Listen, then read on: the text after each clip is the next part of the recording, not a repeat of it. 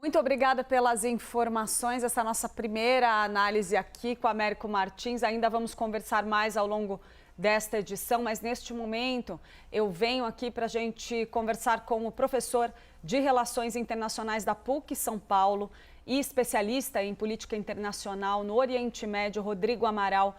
Professor, muito bom dia para o senhor, muito obrigada pela participação aqui no Live CNN. Estávamos já aí conversando com o Américo Martins, já temos também em Brasília conectadas as nossas duas analistas, Isabel Mega e Basília Rodrigues, para o senhor ajudar a gente a compreender esse cenário, a importância dessa nova crise ali no Oriente Médio. Eu gostaria que o senhor trouxesse para a gente abrir essa conversa, o que a gente pode esperar dessa escalada e até onde ela vai, porque está muito claro que isso é só o começo, né? Bem-vindo, bom dia para o senhor. Bom dia, Clarice, obrigado pelo convite, né? Mais uma vez, um prazer estar aqui com vocês da CNN. De fato, nós estamos falando de mais um episódio de crescente da tensão entre Irã e Israel. A gente pode dizer que não é inédito o que nós estamos vendo no sentido de ataques entre os dois estados. Talvez o que há de inédito é justamente o que foi mencionado anteriormente, né, do alto grau, né, da militar, né, desses ataques que já são o maior, né, maior ataque dentro do território iraniano desde a guerra Irã-Iraque, lá nos anos 80, né?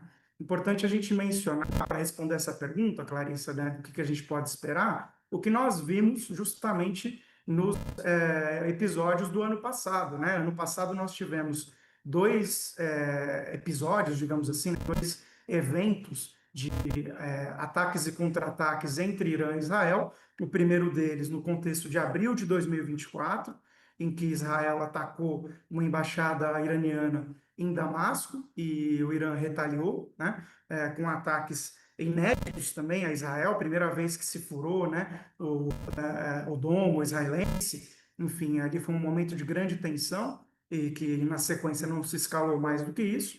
E também no segundo semestre do ano passado nós tivemos o assassinato, né, do Ismail Haniyeh, que era o líder do Hamas, né? Ele foi assassinado dentro do território israelense e meses depois, dentro do território iraniano, desculpe, meses depois o Irã retaliou também com 200 ataques de mísseis e drones a Israel e depois disso também não se escalou. A gravidade do que nós vemos agora nesse atentado israelense, um ano depois, basicamente, desses episódios que eu mencionei, é justamente o fato de que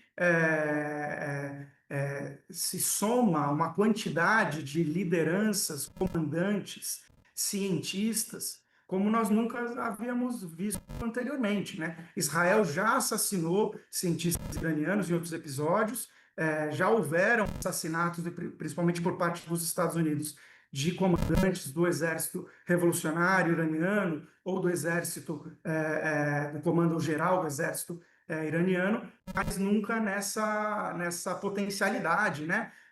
Em Teherã, de forma bastante brusca, não assassinatos silenciosos, mas sim ataques de bombas, né? Ataque de mísseis. Então, nós estamos vendo um episódio muito grave.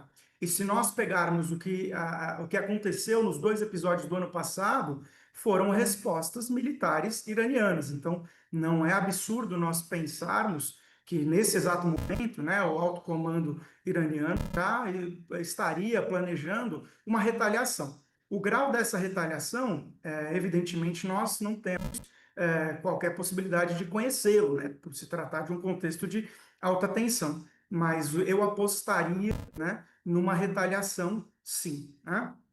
Acho que essa é a primeira resposta que eu daria de previsão.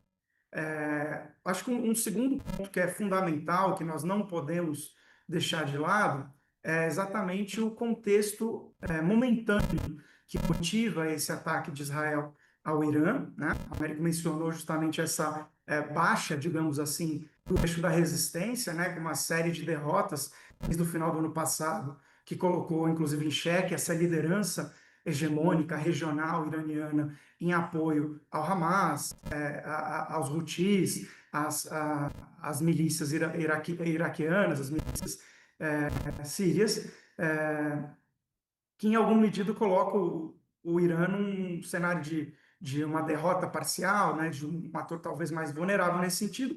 Porém, a gente não pode esquecer que o Irã ele é como já utilizei esse termo, uma potência regional, que tem capacidade de enriquecimento de urânio a ponto de desenvolver, né, nos próximos meses, pelo menos, uma bomba nuclear, e isso é o que mais chama a atenção, digamos assim. No Professor, cenário de... Oi, perdão. Desculpa, professor. Claro, claro. Só a gente tem tantas coisas para perguntar para o senhor, para a gente Claro, poder ter claro. um ritmo aqui. Eu vou só pedir para o senhor ser objetivo nas respostas. Vou passar a palavra aqui Claro. para o Américo Martins. O senhor me desculpa, viu, a interrupção. A gente Perfeito, é obrigado sem a problema. fazer essa função aqui. Estou passando para o Américo, bem, então, certo. professor. Obrigada. Obrigado, Clarissa. Professor, muito obrigado pelo tempo, pela oportunidade aqui de esclarecer alguns desses aspectos. Israel diz que os Estados Unidos não colaboraram nessa ação e o governo americano foi muito rápido em dizer que foi informado das ações, mas que não tem rigorosamente nada a ver com os ataques em si. Podemos acreditar nessa versão ou os Estados Unidos estão apoiando Israel de alguma forma? Olha, Américo, o que eu responderia a isso é que existe uma certa, eu vou usar o termo aqui bem brasileiro, arapuca, né? Existe uma arapuca, né, montada. Porque quando nós falamos de Donald Trump, né, nós temos que lembrar que no seu primeiro mandato ele foi responsável por interromper um acordo nuclear que já existia, né, entre Estados Unidos, Grã-Bretanha, França, todos eles participantes ali com o Irã, né? E esse acordo foi interrompido, foi um acordo inclusive tocado pela administração Obama, né, anteriormente. E logo que ele retornou ao posto de presidente nesse segundo mandato, ele já havia manifestado uma certa vontade de ser mais agressivo e retomar essa questão do acordo nuclear que foi interrompido aos moldes do desejo norte-americano. Então, é justamente esse o contexto que eu mencionaria, o contexto de agora, né? Os Estados Unidos pressiona o Irã a fazer um acordo que interrompa o enriquecimento da maneira como tem sido feito, né? O enriquecimento de urânio e o desenvolvimento nuclear iraniano, ao passo que isso, em alguma medida, abre portas, né, para o Irã ser de novo colocado como um pária internacional, né? Ainda que de fato a administração Trump seja cuidadosa no sentido de, olha, a gente não está envolvido, a gente não recomendou esse atentado, existe um contexto de facilitação, né? É isso que faz Israel poder atacar o Irã nesse momento, é o que faz Israel alertar que o Irã é um ator perigoso de ter uma arma nuclear. Mas aí eu remonto, acho que 2 pontos muito breves. Primeiro, um especialista notório das relações internacionais e norte-americano que chama Kenneth Waltz. Ele, nos anos 90, nos anos 2000, ele fala de forma bastante objetiva a importância do Irã ter uma bomba nuclear, né? Olha que curioso, porque ter uma bomba nuclear significaria você ter um equilíbrio nuclear no Oriente Médio. O que eu quero dizer com isso? Pode parecer absurdo, né? Mas quando nós olhamos os principais institutos de pesquisa, a própria Agência Atômica Internacional, quem tem bomba nuclear, quem tem capacidade militar nuclear é Israel, né? E o Irã busca essa capacidade nuclear. O argumento do Waltz é muito simples. Se o Irã tem, a possibilidade de um conflito regional diminui. Assim como na Guerra Fria, a possibilidade de um conflito nuclear não se estourou, porque os Estados Unidos e a União Soviética tinham bombas nucleares. Então isso é muito curioso, acho que é importante a gente também pegar por essa perspectiva dos estudos estratégicos, digamos assim, né? E essa discussão que, evidentemente, mexe com a política internacional. Professor, vou passar a palavra para Basília Rodrigues. Oi, professor, obrigada pela entrevista aqui, obrigada, Clarissa.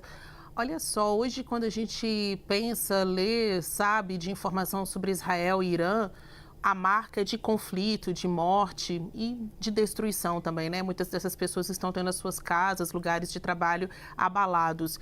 Mas ainda assim, essa região, especialmente Israel, é visto como um polo de inovação, de tecnologia, atrai visitas. A gente está com notícia desde cedo de que havia uma comitiva, há ainda uma comitiva de autoridades brasileiras, entre elas prefeitos, que foi para a visitação em Israel, para um encontro de inovação e soluções tecnológicas. Como é que o país ainda consegue manter, né, essa outra faceta? É possível falar do dia a dia? Como se vive assim, podendo receber até eventos de dimensão internacional, sendo que o país está em guerra? Prazer, obrigado pela pergunta. Eu acho que essa é uma pergunta muito importante e eu sempre tento trazer um certo equilíbrio, né, na resposta. Eu diria que, bom, em primeiro lugar, Israel vive, né, na sua história de 70 e tantos anos, 80 anos, essa naturalidade, colocando entre várias aspas, do risco da conflitualidade, né? E foi um Estado que se desenvolveu sob essa premissa, né? Não é à toa que tem as mais altas tecnologias de defesa, inclusive explora isso comercialmente, né? Um grande desenvolvedor de tecnologia de segurança, por exemplo, etc, etc.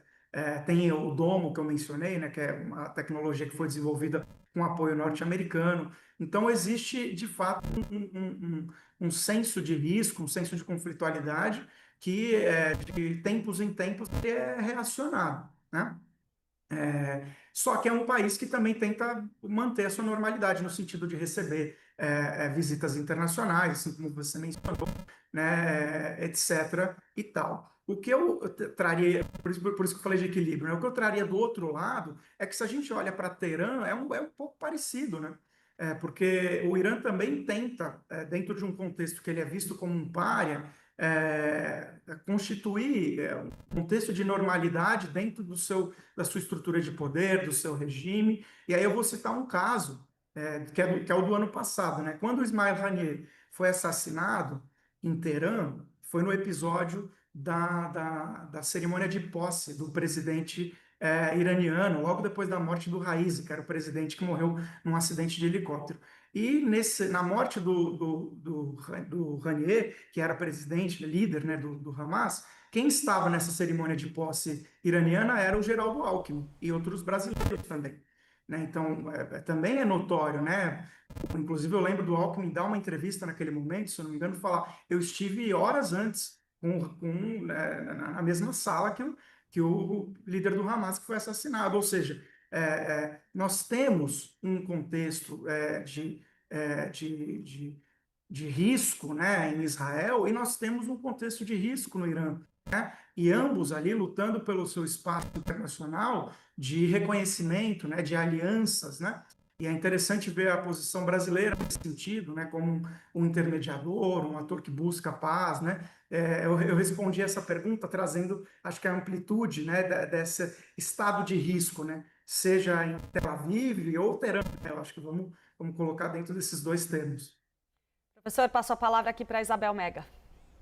Oi, professor, que bom ter você por aqui para ajudar a gente a entender a complexidade desse conflito e que, de fato, com esses ataques se torna ainda mais aguda, né? Eu queria que a gente tentasse fazer um exercício aqui com quem está assistindo live e está se perguntando sobre o que é possível acontecer daqui para frente diante de algo tão grave. O Irã fala em retaliações, fala em colocar seu exército de prontidão e cita Estados Unidos também, né? Eu estou me referindo a uma declaração do porta-voz das Forças Armadas do Irã. Só para compilar aqui, ele diz que Estados Unidos e Israel pagariam caro, apesar da colocação que a gente trouxe por aqui de Washington, de que não estariam envolvidos. Qual é o poderio militar? O que isso pode causar, por exemplo, em preocupações sobre as vidas civis, que são a parte mais sensível desse conflito? Isabel, obrigado pela pergunta. Sem dúvida, né? Quem sofre a guerra são os civis, né? No limite, no final das contas, é isso que a gente sempre assiste, seja lá qual for a origem da conflitualidade, né? É de fato muito grave, porque tanto Israel quanto o Irã são potências militares, né? São potências ali da região. Se a gente pega em números, por exemplo, o Irã ele tem algo em torno de 600 mil, 650 mil ativos militares, né, atualmente. Israel tem muito menos do que isso. Fora os outros 200, 300 mil reservistas iranianos, ou seja, o Irã tem muito mais força em pessoal militar. Por outro lado, a capacidade militar bélica, né, israelense é maior do que a iraniana, ainda que a iraniana seja bastante grande, ou seja, um conflito direto entre esses dois estados seria desastroso, seria talvez o maior conflito do século XXI, sem dúvida nenhuma, né? E eu acho que é justamente por conta dessa gravidade, desse temor, que eu não diria, né, se eu tivesse que apostar fichas, né, eu não diria que o desejo seja uma guerra direta entre essas duas partes. Até pegando emprestado o que eu mencionei na minha primeira fala, né, dos episódios do ano passado, de abril e do segundo semestre, nós tivemos ataques de grande escalão, mas que foram estratégicos, né? Estratégicos no sentido de que eles vislumbravam a não escalada de um conflito direto. Nem Israel e nem Irã desejam um conflito direto e não parece que os Estados Unidos também desejam, né? Então, me parece muito demonstração. E aí, por isso que eu havia mencionado para a Clarice anteriormente, né? Se a demonstração, é esperado que o Irã retalie. Ele vai retaliar, provavelmente. A ver o grau dessa retaliação.